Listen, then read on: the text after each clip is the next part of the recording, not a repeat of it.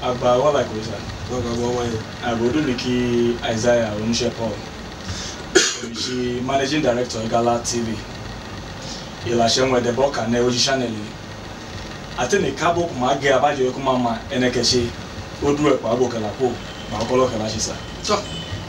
Egba bo mi gala me ala na. Odu mi shi komre amegata. Ipsi zona shama. Oni shupo ya na Igba, the local government Kogi East. Megba. Welcome to Eagle Orion TV. Our culture, our heritage, our history. Keep watching Eagle Orion TV.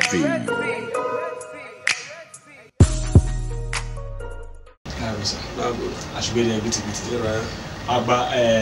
lefi ko kade fún mi imudi ko kamoni arule jabe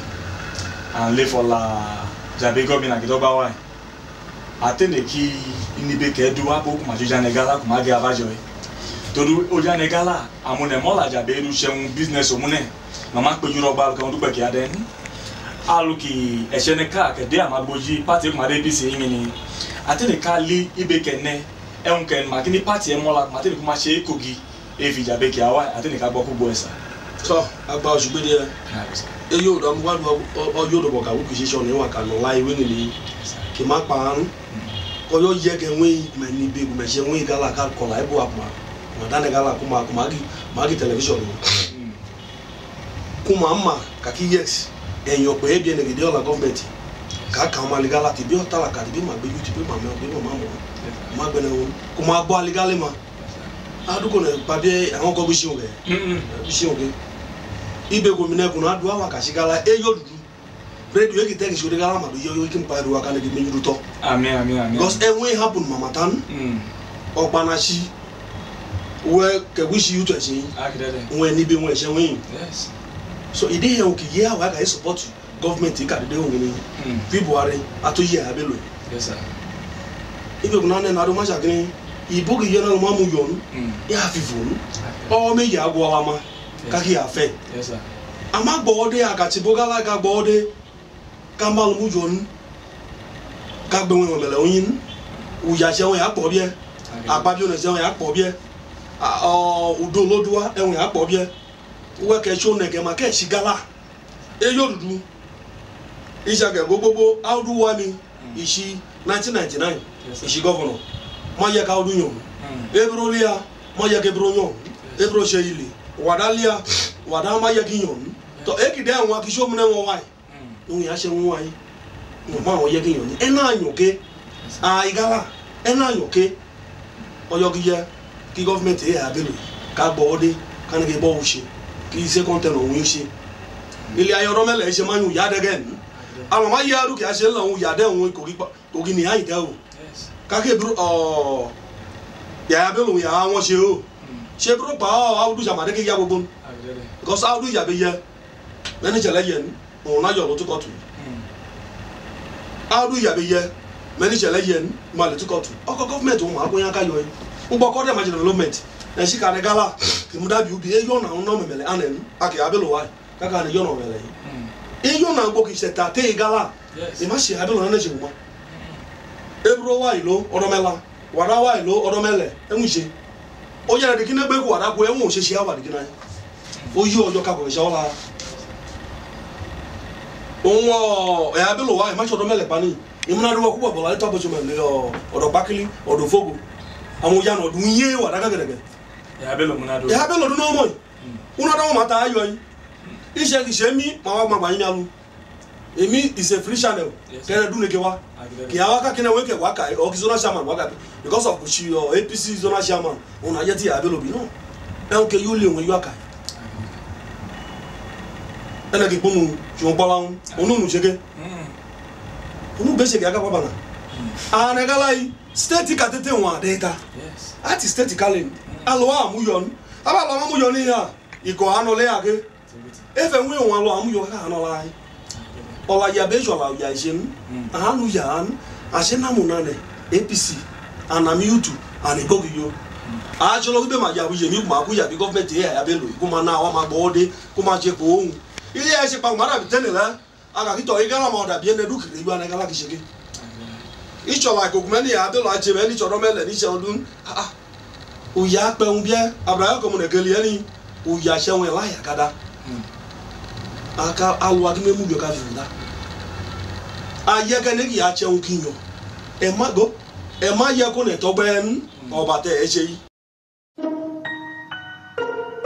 Welcome to Eagle Ryan TV. Our culture, our heritage, our history. Keep watching Eagle Ryan TV.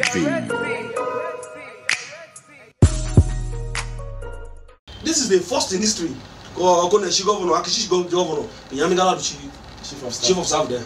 Well, okay, from Audu, Igala chief of staff. Ebro, Igala chief of staff. Wada, Igala chief of staff. Ebralia, Yamaya Galadu. When I challenge, Amakuma Yobo Bati Gani, Kigala Shebubawaya, Ibrajole, Washington. This is not part of Kogi State. Osaka Kogi State, I say. Olama woni awo yonle. Agere. E ma kichi nola, kabo igala ka ojola egbe da shi governor Kogi.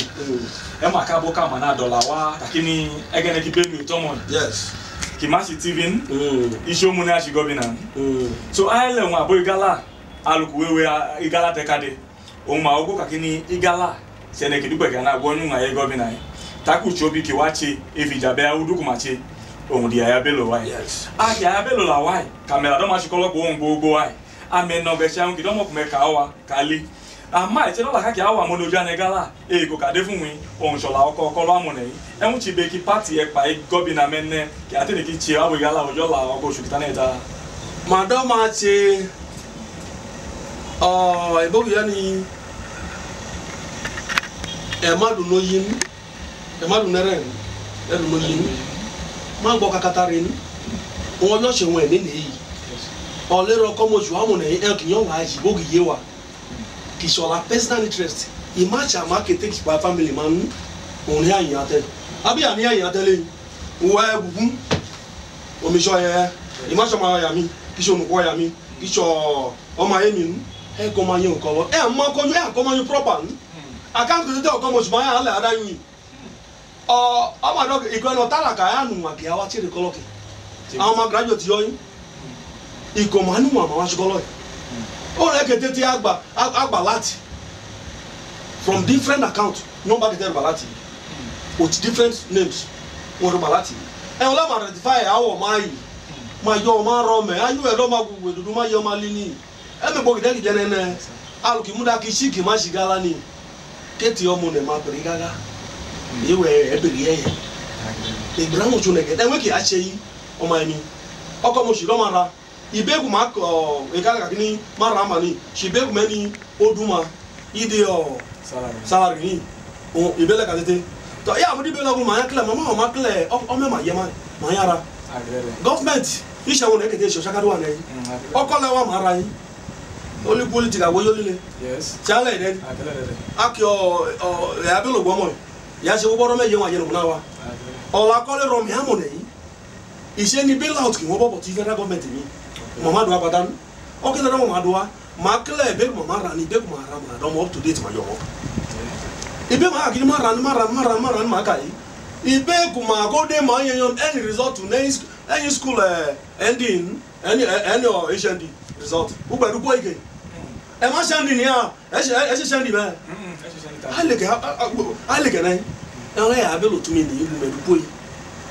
date icho woko date of birth icho woko make dey your secondary school certificate iso ye dey ND iso ye dey HND haba only nu ga so la yile e won la ma rectify e government e gida opapa le hu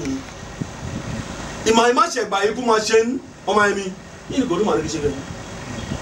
ikoko bale o ma do ra ayi ma bu mi yanen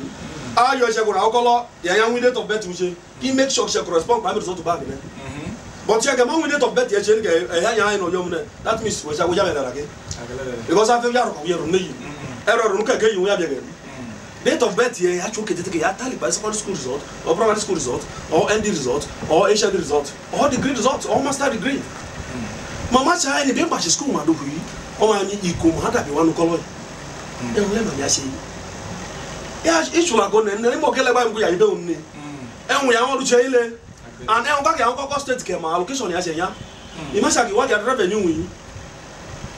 kamoko agwa ne pe kuma akọkọ wa yin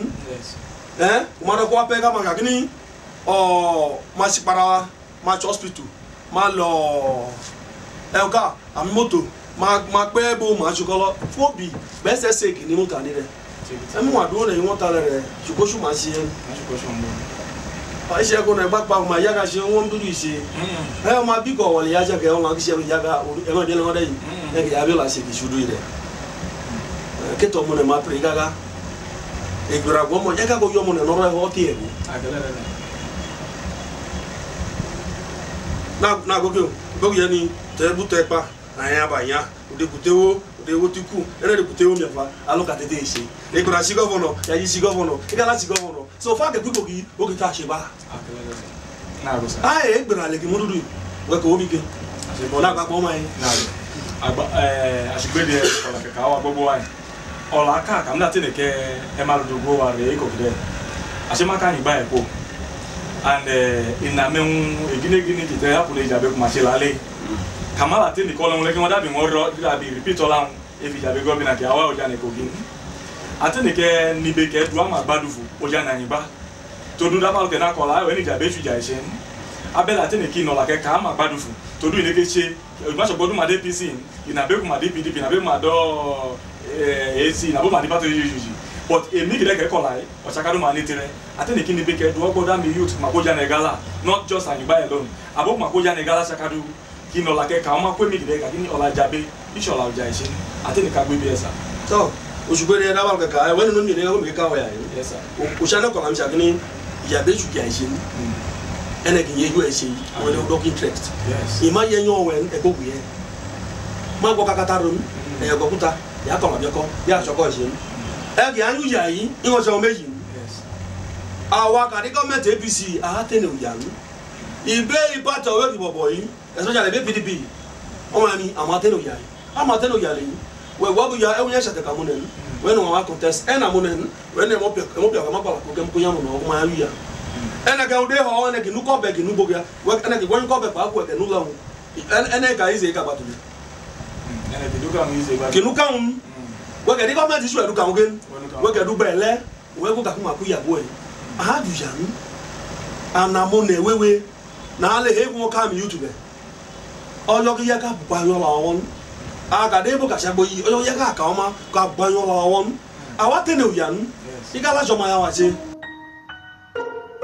Welcome to Eagle Orion TV, our culture, our heritage, our history. Keep watching Eagle Orion TV.